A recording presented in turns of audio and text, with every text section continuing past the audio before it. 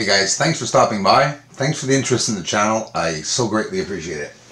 We're going to be looking at a lot of photos today, but I'm going to talk a bit about my technique, and I'm going to show you guys where we're seeing the structures, because I guess I'm making some videos and a lot of you are not seeing the exact areas of some of the structures. So I'm going to explain to you guys, the structures have the same reflectivity as the surface. That means that it's like a black building on a black surface, or a white structure on a white surface, or it's a structure that has the same glare and tone, overall tone to it. Not the shape or form, but the texture, light, what we're seeing of this or any given object that's on the surface of the moon. You could have industrial companies that are building up big buildings inside of these white areas that are white that we're never going to see, because white on white is just impossible. I now have a photo where you're going to see, again, we've been seeing photos today without any enhancement. The only enhancement is adding definition. We could see it a bit less, the blue's a bit less, but they're still there. This is a beautiful shot. One of my most amazing shots, because we can see the blues on the outer part of the moon. It really does look like an oxygen line. It really does.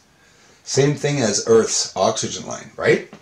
Now, we're going to look at the surface, and I want you to tell me what you think. Plato craters on the bottom right. Many paths, bridges, and walls that are all over the place. Absolutely incredible. The veil lifted, literally, to be able to see the photo. It's a pretty nice shot. So now, let's go in and see that shot real close.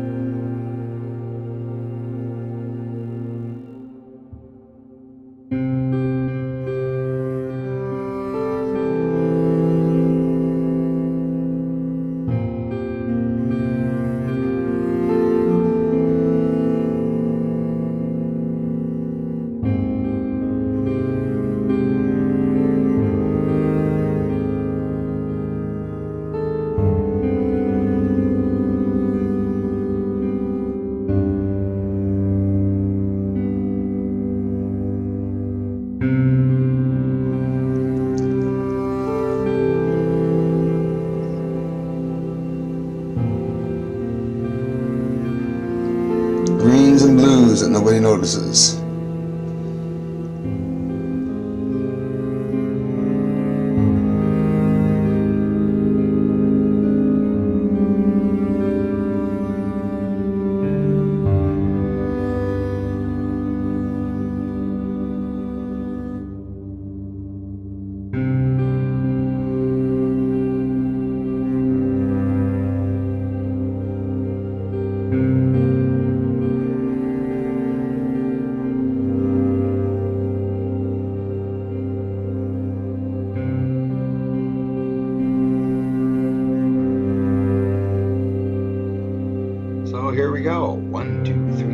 5 pipe tunnels or whatever beam-like objects at the end of a white strip, which is known as ejecta. It's lined up with the white strip and goes around inside underneath the white, I'm sure, to be able to reach the other end there. It's all, part buried and part exposed, and you could see a lot of the truth of it just right here in straight up shots of the surface.